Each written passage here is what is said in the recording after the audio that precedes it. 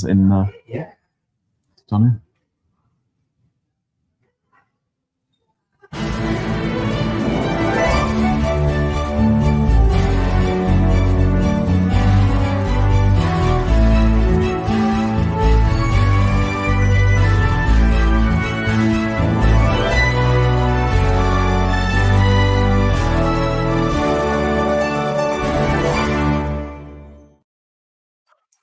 Hello, happy Wednesday. Welcome to this week's episode of Your Manchester with me, Mr. Michael Adams, and me, Jack Mabon.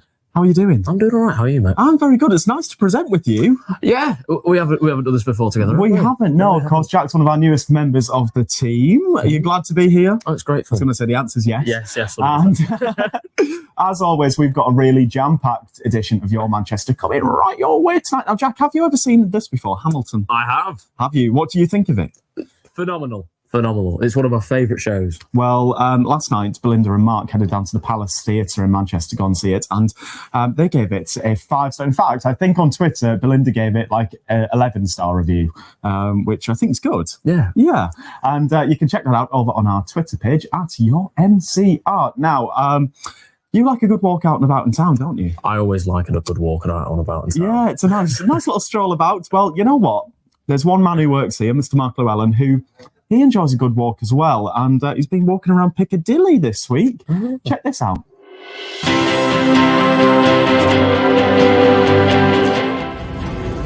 We're starting this week's walk here at Piccadilly Station. It's always been called Piccadilly Station, actually. It opened in 1842 as Store Street Station, but it has several names and changed to Piccadilly in 1960. And now it's our main station for the city. Around 19 million people pass through this station every year. Now we're going to walk to Piccadilly Gardens. You might ask why we're not taking the tram. But hey ho, that's Your Manchester for you.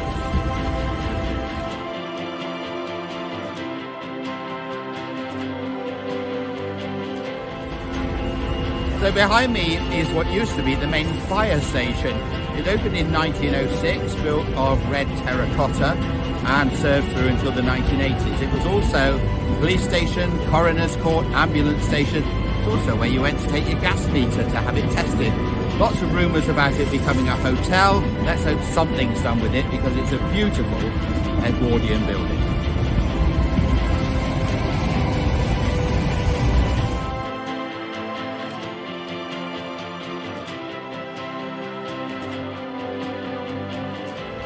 So this is Aytoun Street, so called because the land was owned by a man called Roger Aytoun.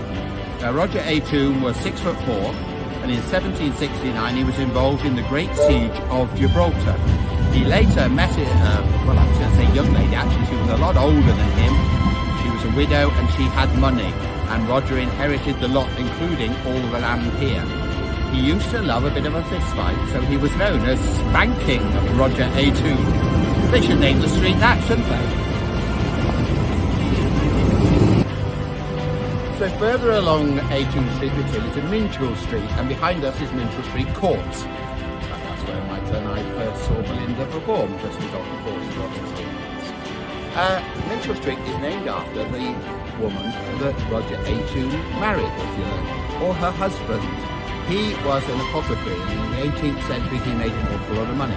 Died, his widow then married Roger Aytoun, she then died, and Aytoun inherited their house at Hofhall and all this land. So it's only right that one street be named after the man who left Roger the money, which he capitalised on, isn't it?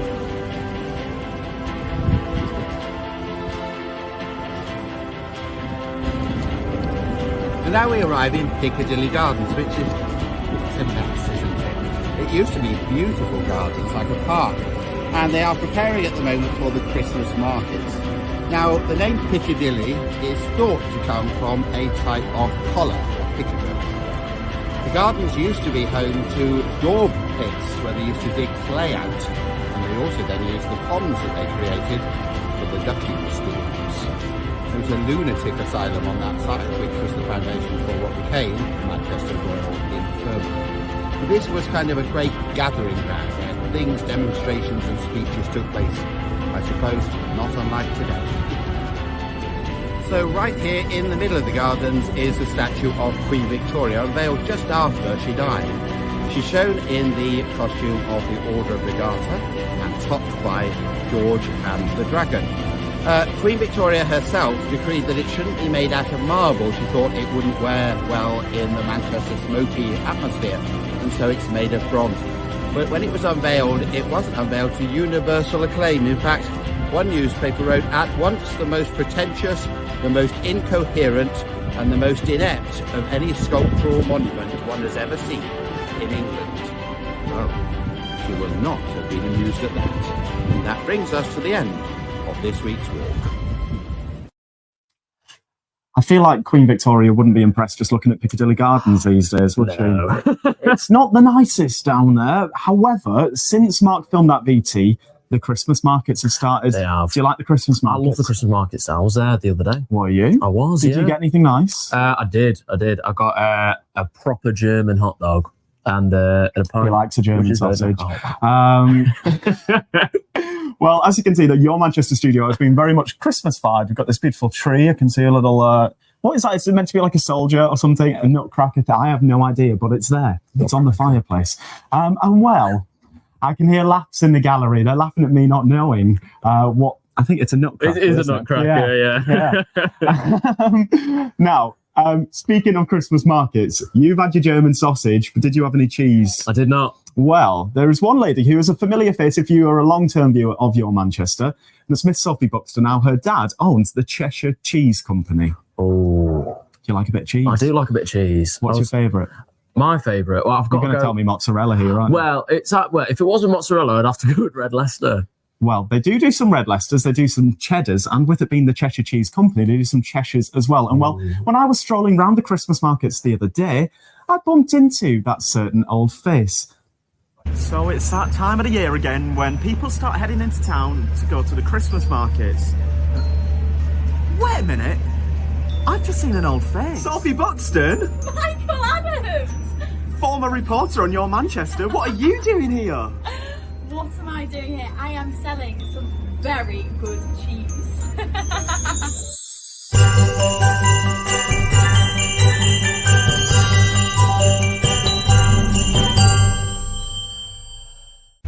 So this Christmas, you can find myself and Sophie working down here in Piccadilly Gardens and on New Cathedral Streets, selling a bit of cheese. So we've got some Christmas cheese recommendations coming right this way, just for you. So let's start with our best sellers. We've got the Black Bob 18-month extra mature cheddar, super smooth and very creamy. It just, it says it, the original legendary, melts amazing on anything and everything. We've then got the Reserva, which is the caramelised onion and the oca, a little bit of Spanish red wine in there to enhance the flavours. With this one, it's like your cheese, chutney and wine, all in one. What more could you want in a cheese? And then if we move on to, I think this is going to be our next bestseller. It's a new one for this year, Masala, mango chutney and Nigella seeds. Oh my goodness me, if you are partial to curry night, you need this. Melted on your naan bread, unreal. Very, very tasty indeed. And then let's go down to this end where we've got our festive flavours. So we've got two special editions for this year. We've got the cranberry. Good old cranberry.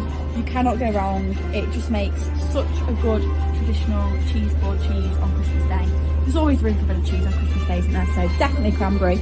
And then we've got the clementine, which is the orange, cognac and dried fruits. So quite a sweet one. Think like Christmas cake lumps. Amazing on a digestive biscuit. You've got your very own cheesecake. Delicious. Okay, this one is something a little bit special. People were going mental for this one last year. It actually sold out, so get yourself down to Piccadilly Gardens or New Cathedral Street before it goes, because once it's gone, it is gone. And this little beauty is our Gincello, gin and lemon. It is amazing. If you like lemon cheesecake, you will love this one. So refreshing, very zesty, and also amazing on a digestive biscuit. Okay, now let's go all the way down to the other end. So we've gone from one extreme to another. We are now back to the savoury, and we're back to this little spicy number. El Gringo, chili lime and tequila. This one is amazing on a burger or nachos. It's just so fiery, and it is a whole tasteless sensation. You get the heat of the lime straight away, the tequila has a little dance on them taste buds, and then you get the chili kick afterwards. Oh, it is amazing, and it is an essential Mexican night cheese. Beautiful. So there you have it. You really can't go wrong by visiting Cheshire Cheese down here at Piccadilly Gardens or at New Cathedral Street up until the 22nd of December. Goodness me, great for Christmas, and as well, you might catch us too. And a little bit of a boogie down here as well, so why not come and visit us and try some of our festive cheeses. See you soon. Bye. Oh, isn't it been good to have you back? Oh, I love you, my Adams.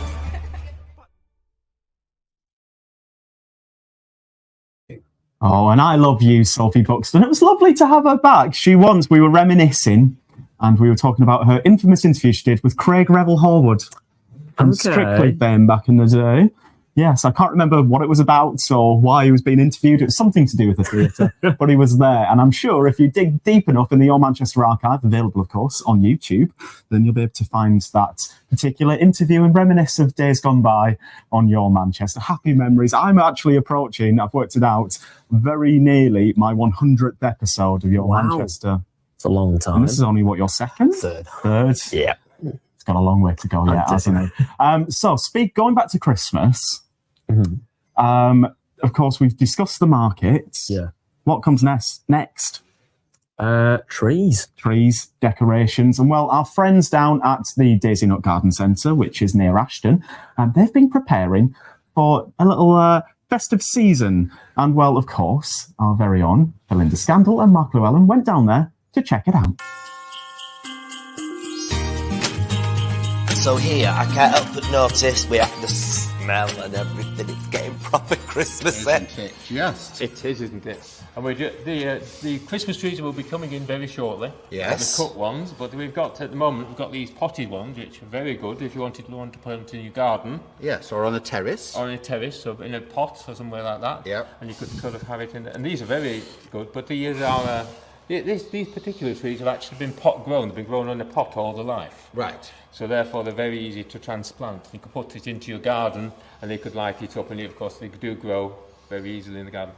The important thing with Norman firs, and with this is what this is, it's the most popular Christmas tree now. Yeah. At one time people used to use Picea excelsior, which used to have needles on it, and of course when you touched it, all the needles fell off. I remember those. And people sort of, but these have been around now for about 30 years. They originally started coming from Denmark, but most of these now are grown in Scotland or Ireland. Yes. I never knew there was different varieties of Christmas tree. Oh, lots of different varieties, aren't there? I never knew that. But this is the main one. This is a fir rather than actually a Picea. Right. And the needles are actually don't have little pegs which dry out in the traditional trees. They do actually grow into the actual stems, and so therefore that's why they don't drop off. Right. But the important thing with these is you can get them for various sizes. A lot of trees now, most people don't know exactly what sort of size they want for their own house. I always suggest that when people want to buy a Christmas tree, they measure the house first. A lot of people come in and say it's so big, and they haven't got a clue. Yeah. And they usually always go home with a tree that's either too tall or very big and bushy. Yes. And there's nothing worse than you don't know where to stick it when when it's big and bushy. No, you don't. And people sort of often don't realise how big they are when they actually take them home. So, this one is in a pot, but if you were going to choose a cut Christmas tree, what would you do? I would look at a tree first of all and weigh up the size and decide what sort of size of tree I would like. Yeah. And then I would then look at see how this width is to fit in the gap. Now, sometimes there's no reason why if you've got selected your tree, you can't trim it at the back to fit it into a corner. Yeah. Most people put it by the side of a corner or something like that. And then the other important thing is look at the tree, and it should look nice and green and healthy, and you should be able to get hold of the branches and bend them down and let go, and they spring back up. So it's really like choosing a husband, isn't it? You don't want one that talks, but you want it quite springy. Yes, you want it nice and firm as well. You don't want it to be sort of sagging. Firm but springy. Yeah, and definitely not sagging. No sagging. But that's where you can. And then the important thing, if you were to buy all Christmas trees, to look after them, you should either, whether it's like this one, it's in a pot, in soil, but you should put them into a bucket. Yes. Or a tree stand which you water and keep it topped up with water. And they drink up to a pint a day. So at least that. So you've got to make sure you keep it topped up, and it will keep it then fresh for the 12 days of Christmas. So a lot of trees you find, the ones for sale on pub car parks and things, in a cut wooden stand, a disc already. Yeah. That can't take water. It can't take water. So it's no good. No, it's no good at all. The only way, if you bought one of those, the only way to deal with that is actually to chop off about 2 or 3 inches off the bottom of it. Right. And that's what we do here. Once a customer selected a tree, we will then trim about 1 inch off the bottom of the tree, which opens it up like a cut flower. Ah, right. And then the tree will actually then start taking up water. Now with that, once we've done that, we then net the trees so you can get them into your car, because of course they take quite. I love the netting machine. Yes. Oh, it's wonderful, isn't it? So that will we can put you through it. Really? Yeah. I don't think I'd come out of it. But if you want to buy a tree early, you can buy it, select it, take it home with you. But if you're not going to put it into the house, take it home, put it into the back garden. Yeah. Stand it in a bucket with some water and take the netting off it. Don't leave it netted up. Because it will deteriorate in the foliage. And should you ever buy a tree that is netted already? No. If you go to somewhere that's got trees which are netted, I wouldn't buy them, because you don't know how long they've actually been in those nets. The actual trees are actually, when they're delivered to us, come netted. And we have make sure we take them all out of the net within 24 hours of them arriving here, to stop them sort of deteriorating. Because what happens because they're usually wet, they start to sweat in the net, and that's what happens. Oh, that rhymes, doesn't it? Sweaty net. It's. So then that's when they start to disintegrate. And how long should a tree last for? A tree, if you look after it, you will have no problems with a Christmas tree right the way through till 12th night. Yeah. And once after Christmas, after 12th night, you can put the trees outside in the garden. Yeah. Even if it's a cut tree, it would last probably until March or April time, looking green, and the birds will enjoy it then, all that time as well.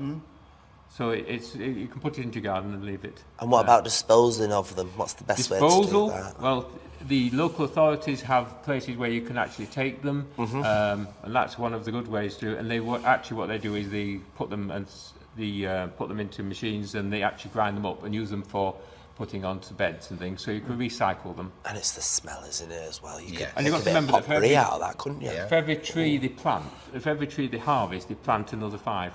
Yes. Afterwards. So it's a continual production right the way through. And a tree of probably about 6 foot, 7 foot in height is probably around 12 to 15 years old. Wow. So that's how long it takes to produce a tree of that sort of size. It's a good job we have Christmas every year then, isn't it? And what's the tallest tree that you're likely to supply this year? Probably about 18 to 20 feet. You'd have to have a good hallway for that, wouldn't you? You'd have to have a good car to get it home, wouldn't you? I know you'd have somebody to do that for you, wouldn't you, surely? You'd have to it needs some sort of support to put it in. Most people who have those have them outdoors. Yeah. Right. Oh. And how many Christmas trees do you think you'll sell? Probably up to about 1,000. 1,000 Christmas trees? Wow, that's a lot of trees. Oh, I'm blocking your shot. Oh, what are you looking at there? Hello. You're still in the room with us. When I first saw that Jolly Christmas elf, I did at first think it was our former weatherman. You don't know who that is, do you? I don't. Anyway, if you're wondering where Belinda and Mark are this week, it's because sadly Belinda did actually end up getting let loose with the netting machine, and Mark's currently making his way through several metres worth of nets trying to cut her out without getting onto that luscious ginger lot. Oh, no. Well, can you believe that is the end of the programme? Thanks very much for joining us. Are you here next week? Am I here next week? Yeah. I'm watching next week. Oh, you're watching next week. Me too. So why not join us in watching next week's episode of Your Manchester.